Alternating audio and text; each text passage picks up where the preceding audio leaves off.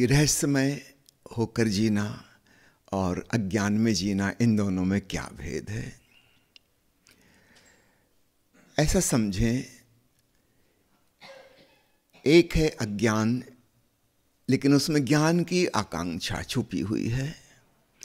मैं नहीं जानता हूँ और जानने की जिज्ञासा है, मैं जानना चाहता हूँ और मैं मानता हूँ कि मैं एक दिन जान लूँगा।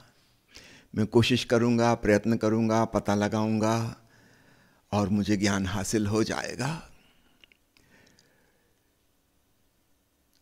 रहस्यमय ढंग से रहस्यपूर्ण होकर, रहस्यमय होकर जीना एक बिल्कुल अलग बात है, जिसमें हमें जीवन के अज्ञेय होने का बोध है। सवाल ये नहीं है कि आज मैं नहीं जानता हूँ तो कल जान सकता हूँ। हमें यह पता चला कि जीवन अज्ञेय है, जो भी परम है वह रहस्यमय है और उसे कभी नहीं जाना जा सकता। उसमें हमारा स्वयं का होना भी इंक्लूडेड है। हमारा अंतरतम सदा सदा अज्ञेय रहेगा, अज्ञात नहीं है, अज्ञेय। एक है अननोन अज्ञात, दूसरा है अननोएबल अज्ञेय। इन दोनों के भेद को स्मरण रखिएगा। जो आज अज्ञात है वह कल ज्ञात हो सकता है। विज्ञान धीरे धीरे विकसित हो रहा है। आज से 200 साल पहले नहीं पता था, अब वो पता है। 100 साल पहले जो नहीं पता था उसमें से बहुत कुछ पता हो गया। 10 साल पहले बहुत कुछ नहीं मालूम था, अब वो मालूम हो गया। निश्चित रूप से आज जो चीज़ें हमें जगत के बारे में, प्रकृति के नियमों के बारे में, पदार्थ के बारे में नहीं मालूम, कल वो भी मालूम हो जाएंगी। अगर विज्ञान पूरी तरह से सफल हो जाए, जो कि हो नहीं सकता, अगर हो जाए तो उसका अर्थ हुआ कि दुनिया में कुछ भी अज्ञात नहीं बचेगा। सारी चीज़ें फार्मूला में गणित की तरह साफ सुथरी हो जाएंगी।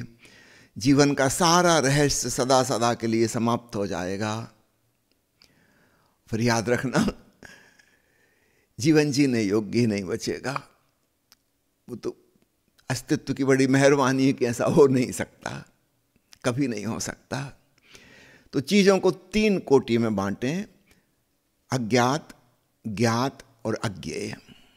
निश्चित रूप से पदार्थ के बारे में बहुत कुछ अज्ञात है, वह ज्ञात हो सकता है। लेकिन जो सब्जेक्टिव नोइंग है, अध्यात्म की दिशा में, अंतर यात्रा की दिशा में, वह अज्ञेय की तरफ उठाया गया कदम है।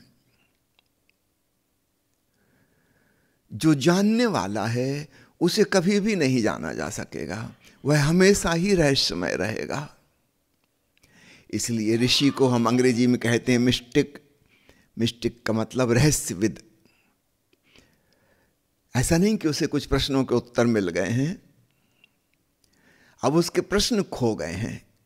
ये 2 अलग अलग बातें हैं। एक है हमारे पास प्रश्न हैं, हम अज्ञान में हैं, हम जानना चाहते हैं। दूसरी स्थिति है हमें काफ़ी कुछ सवालों के जवाब मिल गए, बहुत कुछ हमें ज्ञात है, हमारी जानकारी में है, और हम उम्मीद करते हैं कि जो अभी ज्ञात नहीं है वह भी खोजबीन कर लिया जाएगा। ठीक है, शायद हमारे जीवन काल में ना हो पाए, कोई अगली पीढ़ी में होगा, अगली सदी में होगा। तीसरा लोक है अज्ञेय का। तो ज्ञात अज्ञात तो एक ही लोक की बातें हैं। कुछ हिस्सा ज्ञात हो गया, कुछ हिस्सा अज्ञात है। और रोज रोज विज्ञान के विकास के संग अज्ञात का घेरा कम होता जा रहा है, ज्ञात का घेरा बढ़ता चला जा रहा है। इसका लॉजिकल कंक्लूजन ये होगा कि एक दिन कुछ भी अज्ञात नहीं होगा। पर याद रखना, उस दिन सिवाय आत्महत्या करने की और कोई उपाय ही नहीं रहेगा। अब कुछ भी जानने को नहीं है, सब कुछ पता लग गया। एक पुराना फिल्मी गीत है ना, ना तुम हमें जानो ना हम तुम्हें जाने, मगर लगता है कुछ ऐसा मेरा हमदम मिल गया। फिर यही लोग जब शादी हो जाती तब वो कहते हैं हम भी तुम्हें जानते हैं, तुम भी हमें अच्छे से जान गए हो, और अब लगता है ऐसा कि मेरा दुश्मन मिल गया। जहां कुछ अज्ञात था, रहस्यपूर्ण था, वहाँ हम आश्चर्य से भर रहे थे, विस्मय से भर रहे थे।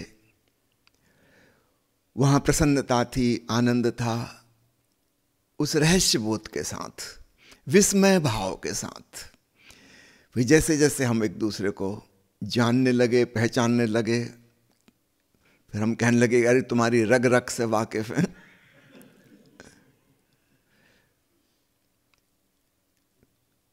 एक युवक एक महात्मा जी के पास पहुंचा और उसने कहा कि सभी संत कहते अपने भीतर जाओ, अपनी बुराइयों को तलाशो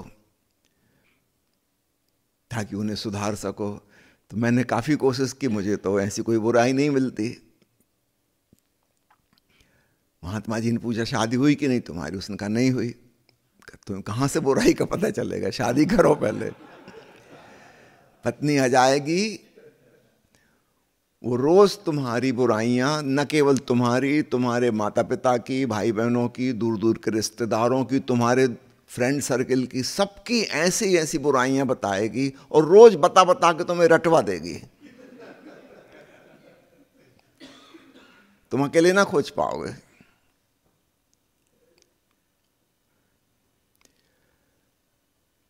जैसे जैसे रहस्य खत्म होता जाता है, हमें सब पता चलता जाता है, हमारे जीवन से विस्मय भाव खत्म हो जाता है, उसके साथ ही आनंद भाव भी खत्म हो जाता है।